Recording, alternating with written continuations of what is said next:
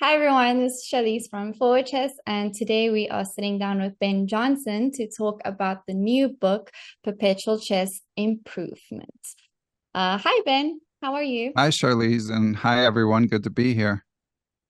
We're gonna take a look at what this book is about on Forward Chess and yeah, just hear what it has to offer. Of course, if you want to improve, this is the one-stop shop. Along with Ben's podcast, that's the most, I guess, or the only huge podcast in chess that he's spoken to basically every chess person in the world, every big name with like 300 episodes plus.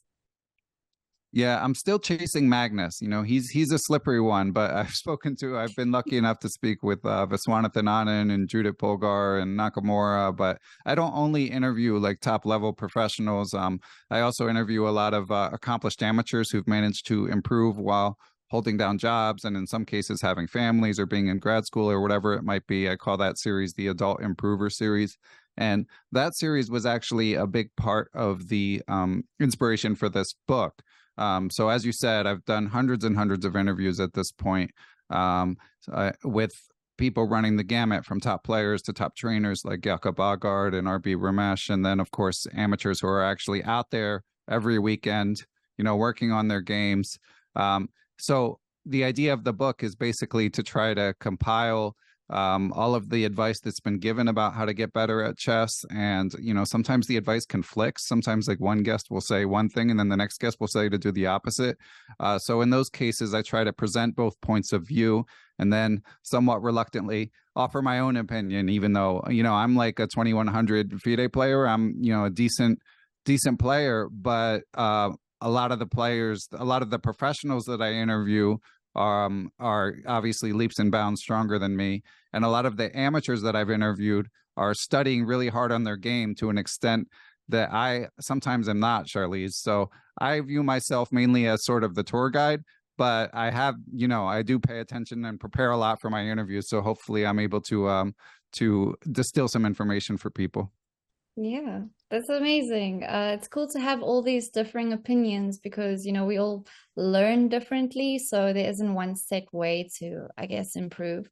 And that's what this book is showing you, right? That there are many different ways to go about it. But there's, I guess, some kind of road to follow in terms of end games was one big one that came up, the books to read. So there are some things that come together that, I guess anyone, no matter if you're finding your style, you can follow and see where that takes you. Yeah, and I think especially for amateurs, which obviously most people are, it's important to do what you enjoy. Not necessarily because that will be the single biggest bang for your buck thing, but because you want to think about longevity within pursuing chess. And if you're doing things that you don't enjoy, then you might run out of gas at some point. I mean, and that's fine. One of the beautiful things about chess is that it's always there for you. Some people, so many people that I've interviewed will say, like, especially the adult amateurs will say, like, I learned as a kid, I played tournaments as a kid, I went to university, like studies and career and relationships got in the way for a while, and then I came back to it. And then the passion is back. And it's normal, in life, there are seasons. And I think it's normal in chess for that to happen. So for that reason, I kind of advocate placing more emphasis on things you enjoy. But having said that, Charlize, there are four components that I consider to be the most important. And I think viewers could see my screen here. So you can see that the book is divided into four parts with a fifth part that kind of sum things up, which is just a few chapters. And the first part is the one that I feel like basically there's consensus on. Every trainer, every player seems to agree that these things are good things to do. So that's a good start. And then beyond that, you mentioned end games. There's mimicking the master, which means like studying the classic books. There's doing board visualization exercises. There's things that some people say are great. Other people say you could take it or leave it. But the four things that I call the four pillars of chess improvement, the four things that everyone should be doing if they are trying to get better at chess, is to play serious games, ideally tournament games, although I know that's not always feasible. Review those games. work on calculation and pattern recognition, solve puzzles. That's all one thing.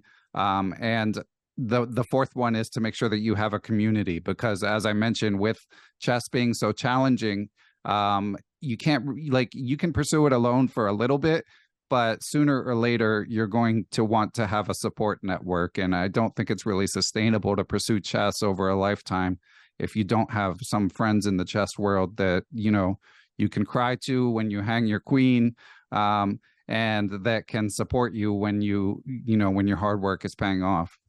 Yeah, like in Queen's Gambit, right? She had a few people helping her, and then she went solo, lone wolf, becoming the best. Like realistically, that's not how chess works. I guess any sport, you need those people around you.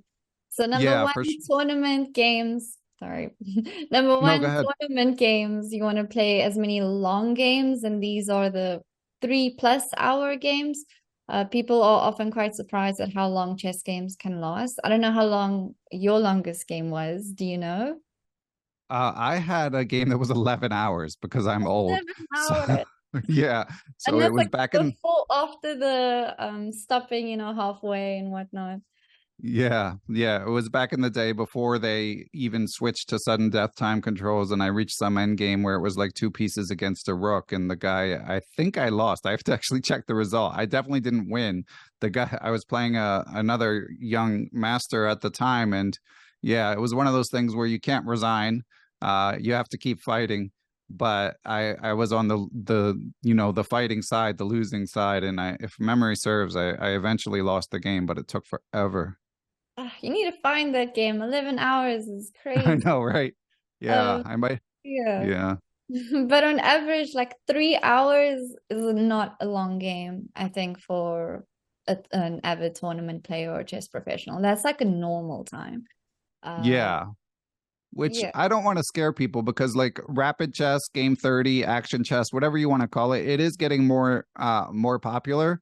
And to me, the component of it being in a physical place is just as important as the duration of the game. There's something about it being rated, you traveling to it, you seeing what your opponent looks like and feeling their emotions, feeling their nervousness, you being in like a different physical atmosphere. I think when you put all those things together, you're just much more likely to sort of internalize the lessons from your games than if you're just playing a casual game online. So I do think game 30 can still be helpful, although obviously your time to calculate is going to be a lot less in game Yeah. 30 than, as you say, Charlie's in a 30-minute, I mean, in a 3-hour game. Yeah, but both, as you say, you learn your lessons while you're there. And in a tournament, you have to go on and play your next game. Online, if you do badly, just kind of put the laptop away and sulk for a bit. But tournament, you have to keep grinding. So Yeah, for sure. analyzing your games, number two, right? That's probably the advice that almost everyone gave. Yeah, for sure. Basically, I mean, people disagree a bit about how to do it, especially people argue about whether engines, like to what extent you should use engines, especially right away. Mm. But everyone, basically 100% approval rating for analyzing your games. Whether everyone actually does it is another question, but everyone agrees that you should do it. Yeah. Yeah. And in this day of engines, like, probably I think you mentioned that about first going through it without the engine, with your coach, seeing it as a chess player with a human brain, and then looking at the computer afterwards because there's gonna be things that you didn't see, unless you're Magnus, of course. Right. Yeah, exactly. I mean, I'm lucky to be able to draw on the insights of so many people that I interviewed. And yeah, I am John Donaldson, who of course has written some great Fischer biographies, been a top player. He's also the captain of the US Olympiad team many Mm. times. So he's had sort of all level views of chess. He knows the amateur players struggle from like working at the chess club at Mechanics Institute in San Francisco, but he knows how elite chess players think. And yeah, he does advise that when you're analyzing games, he says the sort of ideal that you should shoot for is to first review it on your own, then review it with a coach, then review it with an engine. But I say in the book, and this is sort of a common theme, the perfect can't be the enemy of the good. Like we have to admit, we're working adults for the most part. We don't have infinite time. So while John may be right that like if you have 5-6 hours to devote to analyzing your game, that would be ideal. But there's plenty of people who just try to recreate their thought process and look at the game with an engine. And I think as long as you're still actively thinking, and especially trying to contextualize the decisions you made, where you remember a important decision, or you remember a moment where maybe you thought too long and were sort of spinning out about a certain variation, and even remember your emotions, because we tend to think of chess as this cold logical game, but when you get out there in a tournament game, like so many of your decisions are governed by emotions. So when you analyze your games, you've got to, even if you have the engine on, you can't forget about the human element. Yeah. Yeah, very good point. Yeah, I don't have much to add to that. That's so well said. The emotion part of it, especially because that gets you. That's sometimes why you blunder, right? So the biggest blunder is not being in the right headspace. Yeah, exactly. I mean, often there is like a hidden reason. Right. And then third, calculation and pattern recognition. What would Yeah, you? so we'll go to this chapter and I'll actually show a position for this one. Yeah. But the predominant theme here is that basically everyone agrees that you should solve some puzzles as a part of a daily routine if you're trying to get better at chess. But I just highlight the point, and it was Grandmaster Wojciech Miranda who really helped me. I sent him. He's written some great books. I think they're on Forward Chess. Gorgeous. Yeah. I Who's should. the author of the month? The other month. Oh, great. Yeah. Yeah. Great guy, an amazing author. And he helped me with this chapter a bit and really helped me with the framework of differentiating between calculation and pattern recognition. And I think the pattern recognition aspect is especially important for players rated below, say, 1500 or so. But obviously, people up through the Grandmaster level, when you're doing puzzle exercises like Puzzle Rush or Puzzle Storm, you're doing a lot that sort of relies on pattern recognition. So I give a couple examples of each. Like this is a very famous tactic online, Charlize, that happened in an online game. So I'll turn it to guess the move. So some people watching may have seen this. I actually did a talk the other day at the Marshall Chess Club. And, Charlize, because of my job as the chess podcaster, I'm extremely online. I'm following chess all the time. I'm scrolling through Twitter. So I have this impression that like everyone has seen a certain position, but it turned out that most of the people at the Marshall, out of the like 30 people, I think like only 5 had seen this before. But this is from a game in 2020. Do you think you've seen this tactic, Charlize? I don't think I've seen this tactic, but you're I'll show you yeah. You could try. Sorry. I've solved it. Well, I mean, I can look at it now. I think Queen C6, right? And then Rook A8 mates. I Yeah, do you got puzzles it. like 2 hours a day just out of fun. Like Okay. even Puzzle Rush, I'm obsessed with Puzzle Rush. I will just sit there and hours and hours. And I think it's good at the end of the day, no matter what level you think, if it's you think this is too easy for you, at least you're doing something. You're seeing the patterns come up. Yeah, Yeah. Queen C6 takes because the point is D7 we want to cover, right? Yep, excellent. Good work. Yeah, and so this is from a game where Soupy, a Brazilian grandmaster, beat Carlsen on a chess.com game in 2020. And I just show this one because it's not an easy tactic. I mean, you got it quickly, but a lot of people, it's one of those things where kind of if you don't see it right away, it might take you a long time. You're going to go down a rabbit hole looking at Rook A8 check lines. Yeah. But Soupy played this in 8 seconds, which is, so clearly there's some pattern recognition at work. So I gave that an example of sort of a fast tactic, and obviously is legendary to get to beat Magnus Carlsen playing a move like that. Like this. Yeah, wow. Yeah. So I'll show the whole thing. So yeah, so that's an example of pattern recognition. And then for calculation, I found this cool puzzle. So Anna Muzichuk, when I interviewed her, she's obviously amazing player, very inspirational, very, very kind person too, and modest. But she had this quote that really stuck with me. So she said, "What separates GMs is quote not the length of the lines we're able to calculate, but the precision of the lines. Because sometimes we calculate only 2 or 3 moves ahead, but these 2 or 3 moves will be much more precise than those of a 2000 player."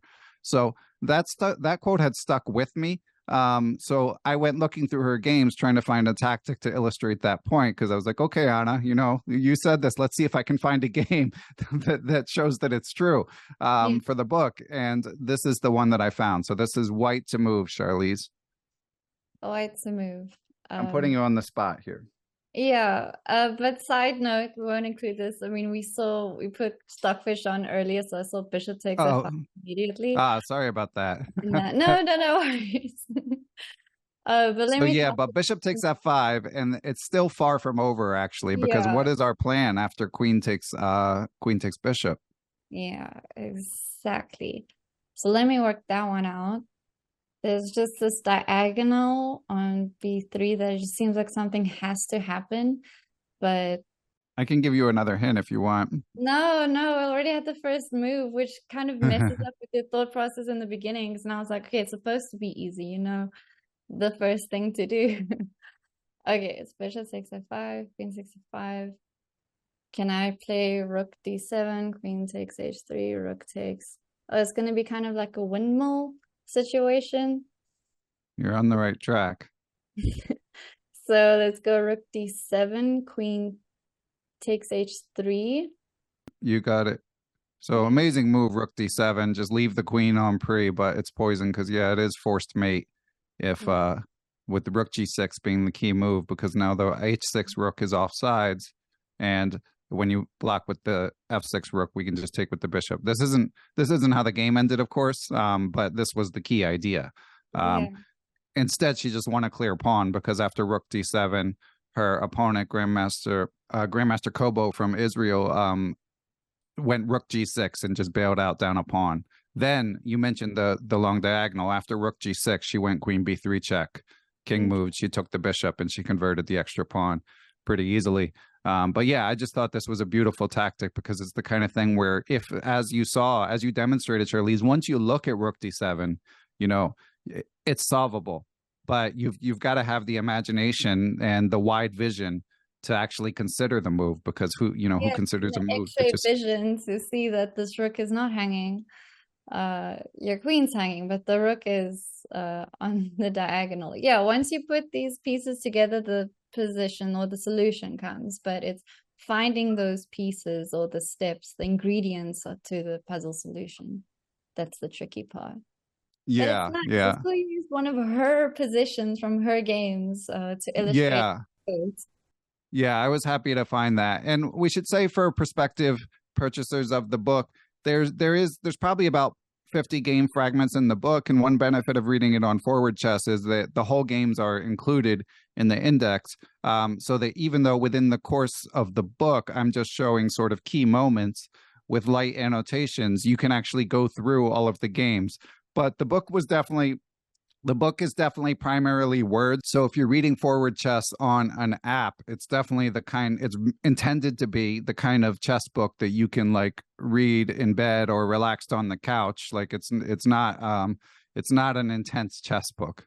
Yeah, I love that though, and that's what makes Forward Chess having the board there so great. So you can read it in bed, and you have your board digitally next to you. You don't have to set up the pieces every time. And guess the Yeah. move worked really well in these positions, right? We have the Yeah, guess. for sure. Yeah, and as we were discussing before we started recording it, so we talk about guess the move within the course of this book. Grandmaster Gregory Kaidanov, he's a legend here in the U.S. He's won like countless tournaments, been U.S. senior champion. He was a top 20 player in the world, and he's trained some of the top young American talents from Sam Shanklin to Daniel Naroditsky.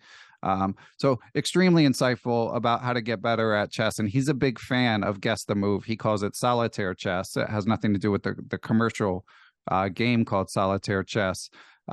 So yeah, when I was writing the book, I'm a big fan of Forward Chess, as I was also telling you, Charlize. But for a lot of I always read the books of the guests I interview, and I often read them on Forward Chess, so that I can sort of read them on the go and often get advanced access to them and stuff like that.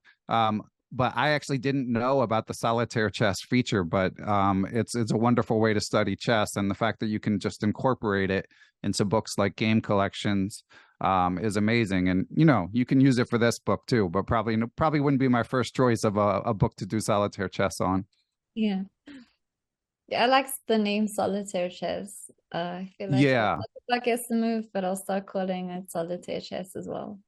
Yeah, yeah, I prefer that name too. But sometimes people do kind of scratch their heads and ask me what I mean, so I've gotten used to explaining it.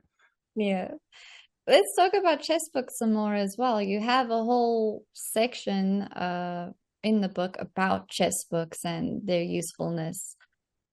Yeah, so I really have two sections because in the chapter called Mimicking the Master, I kind of walk through the evolution of chess learning and talk about how even so I've been doing this podcast since 2016, and even in the early days, everyone would say like, you've got to study the classics, you've got to study the classics, like you have to see the games of all the world champions in order to see these ideas in action. But the rise of neural networks and young talents, I think, has kind of shaken up that conventional wisdom a little bit.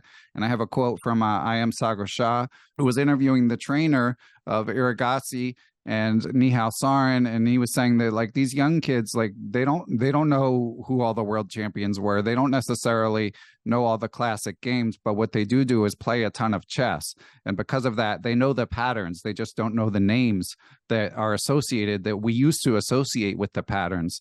Yeah. So Sagar said it's only the moves that matter, which resonated with me. But in terms of books, so I do say books are maybe not slightly as like there. You can get better at chess without chess books, which I don't think you could have said 25 years ago. But Mm. they're still an amazing tool, and I still love them. So for me, I'll always be reading chess books. I don't care what anyone tells me; they're not going to stop me from reading chess books. And I do. I share a ton of book recommendations, and I try to differentiate it by level. So we've got 1,000 to 1,300, 1,300 to 1,600, 1,600 to 2,000, and over 2,000. And yeah, Charlize, I don't know if you had any specific questions or any specific recommendations to highlight, but yeah, I could go on forever about chess books. Yeah. Now we have a few of your recommendations on forward chess, so we'll list them in the video. Just Oh, the great. Stillman's end games. I know that's a big one. We have that in German, but not the English version. Uh, Okay. and yeah, that and Dvoretsky, you were like number one. But of course, for stronger players, I guess Dvoretsky makes sense because it's an insanely detailed book and a huge book, actually. Yeah, I mean, I'm lukewarm on that book. I mean, it's a great book, but as I mentioned in the Endgame chapter, I think it gets, and Kostyakovsky is someone who's pointed this out as well. I think it gets over recommended to players who are not strong enough for it. Like, it's really a master level book, Dvoretsky's Endgame Manual. But if you are going to read it, a place like Forward Chess is great because it's huge, and there's so much stuff to play through that it is a much more practical way to learn it. But you guys have a lot of quality chess books, right? Yes, many quality chess. Yeah, so I suspect you have Under the Surface by Jan Markos and Pump Up Your Rating by Axel Smith. These are definitely some of my Origins of favorites. Good News as well. We actually just posted a review on that. Yeah, we That's a have. fantastic book. I'm a big Willie Hendricks fan. Yeah. Yeah. Yeah, what you said about, the how big chess books are, sometimes I underestimate it because on 4Chess you just see the content, it's not as daunting. And then I see the same book in the store and it's like so thick. Yeah. I don't know, that makes you feel like, okay, cool. I know there's this having an actual physical book, it's an amazing thing, right? Like you can also highlight and whatnot, have your chessboard. A lot of people are old school, they'll always go for that. But Yeah. Yeah, I'm friendly with Grandmaster Jakob Bogart. I've interviewed him a couple times, and he was nice enough to send me a signed copy of his latest book about endgames. What is it Indian called? Labyrinth. The 800-page one. Yeah. Um, so, but then he asked me like a month later. He's like, "So how is the physical quality of the book?" And I was like, "Oh, Jakob, I bought your book on Forward Chess right away. There was no way I was carrying around that 800-page book to read it." so so yeah, I can definitely relate. Yeah. Yeah, so I guess the biggest question for me was on books. Your opinion, you've already stated how much you love chess books and saying, it's a good way to improve. It's a great way to enjoy chess, I think. Uh, Going through games and yeah, just at any time, even when you're relaxing, because when you're solving puzzles, sometimes you want to take some time out, get your physical board. But reading chess books will always be, I don't want to say a pastime for, chess players, but something you can just find enjoyment out of instead of just looking to improve by 100 points. Yeah, yeah, for sure. And that's kind of where I come down in the book. I say it's certainly not going to hurt my chest, like Yeah. maybe I'm not optimizing every moment, but I'm expanding my mind.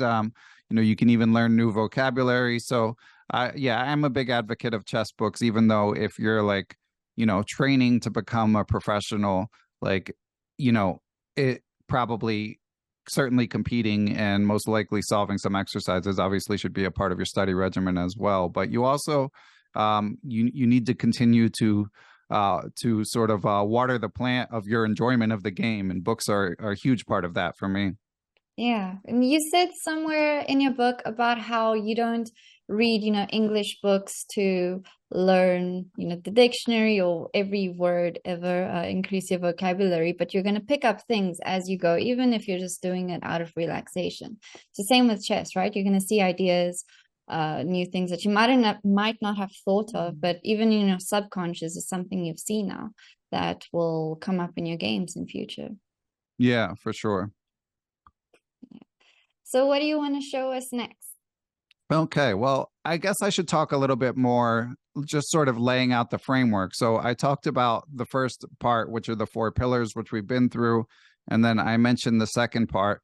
But the third and fourth parts are a little bit different. So part three is about working on your game away from the board, and it's probably the least chess centric part of the book. It's about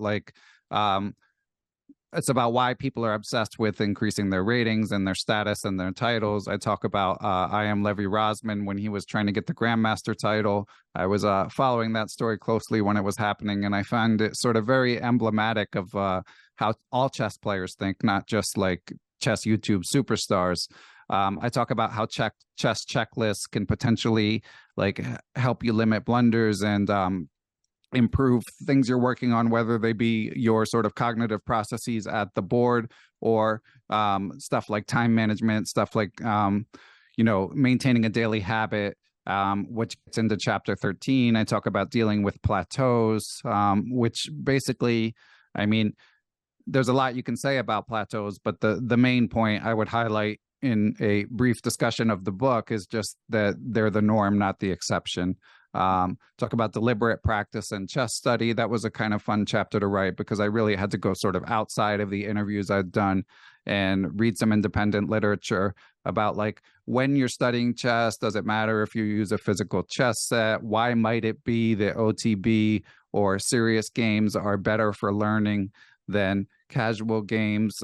Go through the history of deliberate practice.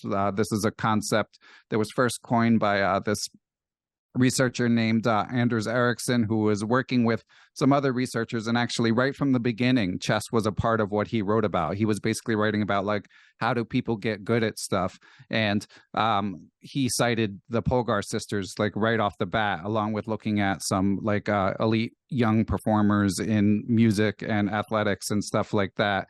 So kind of walk through that history and kind of take a look at like how people like Magnus approach chess as well. Over the board tournament routines. It's about like how serious chess has become, Charlize. I mean, when I was a kid, people were like, you would find grandmasters at the bar in between rounds, like between Oh, the you morning still rounds. find that. You Do still you? find. I Yes, I, I that's don't the chess know. tournaments. I think this is just the nature of chess players. But you are right. There's some kind of prestige um, that is becoming more common in I tournaments. feel like it's gotten way more serious. I don't know. I'm glad to hear that. Maybe I need to get to Europe because here I just feel like everything's so professionalized and serious. And from an amateur perspective, I mean, I just talk about how like, and this is kind of a theme through the book, is just kind of proceed with intent. Whatever your relationship is with chess, it's kind of good to give it some thought where you have it mapped out, where you've decided kind of in advance when I go to a tournament, am I trying to like extract every possible rating point I can out of this tournament? Or am I trying to strike a balance between hopefully playing well, but also having some fun, seeing some friends, stuff like that? I personally come down more on the latter end of the spectrum. But I kind of give advice for either one, because if you are going to if you are trying to maximize your performance, then you've really got to think about like nutrition and sleep, and how much time to spend reviewing your games, how much time to cram openings before a round, stuff Yeah. like that. Which you've got to be careful, because it can take all the fun out of what's a hobby, but on the other hand, it can improve your performance. Yeah. We have a chapter about playing against kids. That's obviously a hot button topic. I've Yeah. definitely got a couple Every questions adult about hates it. that. Yeah, this is all there. This shows you how many psychological aspects there are to playing a chess game. It's not just about who prepared the best. Yeah, for It's sure. a good way Yeah. to psychologically prepare for any tournament. It seems like this book is the way to do that. Well, thank you. Yeah. And then for part 4, you mentioned the chess book section, but I just kind of give you a quick tour of different chess resources. I think for more experienced players, they obviously know what chess-based and lead chess studies are, but I try to tell a few fun stories, give some historical context, and give a few pointers, and hopefully you'll pick up at least a few things that you weren't necessarily doing for using these tools. Yeah. But yeah, and that's the book. There you go. So much from chess to psychology to resources. I wish I had this book growing up or getting serious into chess. Oh, well, thank you. I appreciate it. Even though there's a chapter about playing against kids. So I wonder, you imagine some chess parent picking up this book, and secretly I mentioned that Santa Claus may not be real. I don't know. There's some rumors flying around that, that Santa Claus may not be real. But Yeah, other a than lot of that, kids it's also a know they kid-friendly have book. that. Even when I was a child, you know that you have this edge over your adult competitor opponents because Yeah. no one likes losing to a kid, no matter how good Yeah. it is. Yeah. And I feel like it's been accelerated now. Like kids they're in our heads. They're in all the adults' heads, because They're they just just pick up better. patterns so quickly. Yeah, Mm. exactly. It's like time's going, and then they're getting younger and younger and better, and it's just because they have all of these resources, right? As you said, there just used to be the physical books back in the day. Now there are so many ways to learn chess and improve. Um, Yeah, and as I talk about in the deliberate practice and chess study, I mean there's something to be said where, as adults, and Charlize, you're in your early to mid 20s, right? yes, I'm Yeah, so 20. you're young enough where like you might still be able to learn by accident, you know? So basically when you're a kid, just being exposed to something without conscious effort, you often can sort of assimilate new patterns. Mm, But as you get old, and that changes, like Dr. Andrew Huberman and Dr. David Eagleman have written, and they say something changes around the age of 25. It's not exact, but in that general time period, if you're trying to like assimilate new patterns, it's not that you can't do it, but you do need to start to be more purposeful, and you might start to need to repeat things more often, or try to seek out a differentiated environment when you're studying things. You have to try to do more things in order to gain these skills, whereas kids, they can basically do them by accident. That's why someone like Hikaru, when he was a kid, he just played nonstop on what was then the leading chess server, Internet Chess Club. And obviously he's a brilliant guy. That certainly doesn't hurt. mm, But it's not that Hikaru was solving exercises for 10 hours a day. It's just he loved chess. He was immersed in chess. And at that age, that's enough, at yeah, least for someone like him. yeah. 25, you say. So That's the number they highlight. Yeah. okay, got 1 year to kind of read through all of this and get going on the pattern Well, recognition. but Charlize, I will tell you one thing I've observed anecdotally. So the scientists say around the age of 25. They don't say it's an exact thing. Mm, And one thing I've observed from the adult improvers I've interviewed, and this is actually another thing I meant to mention in the book but didn't, is there is sort of the subtext that if you're under the age of 30 and you're ambitious in chess, like there's a higher title you want to achieve. there is a lesson in there that you might not want to put it off until later in life. Like it does get harder. I think like we wish it weren't true. I wish it weren't true, but it does get harder to improve at chess as you get older. So if it's important to you, then there is something to be said for not no hard deadline by 25, Charlize, but over the next like decade, it's a good time to put some time in if you're able to. Yeah.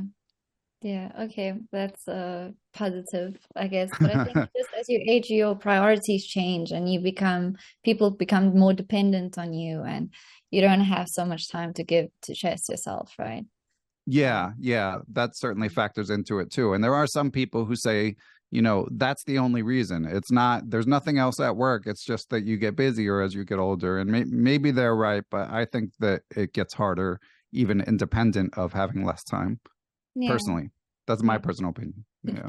But I think having an adult improver, first of all, podcast series and, a book like this could make it a little bit easier to get that goal, even if you've crossed the cap of 30 or your 20s. Yeah. Always. Yeah. Hmm. And at least it can maybe help you ask yourself some questions. Like I quote Grandmaster Jan Markos, who, again, I'm a big fan, especially of his book Under the Surface, but everything that he does. And when I asked him something that I ask nearly every trainer that I interview, how should you divide your chess study time? He said, well, you first need to ask yourself, what's your goal? Like, why am I even doing this? Because you can't answer how to divide your time until you know that the answer to that question. So I'm kind of, the whole book is kind of trying to nudge people to sort of start with that framework, start with figuring out what motivates you. Yeah. Well, amazing. On that note, I think that we know what we need to do to improve. Well, step number one, why do you want to improve? Is it out of passion? Is it out of being, 2100 plus? Yeah, I thank you very much for telling us about your book today. I think it's got so many gems inside to learn, to read, to just learn about chess and get your opinion. And many grandmasters and everyone who you've spoken to, like you've just got this encyclopedia of chess advice in your head. And I think that shines through in this book. Oh, well, thank you, Charlize. That's very kind. I really appreciate it.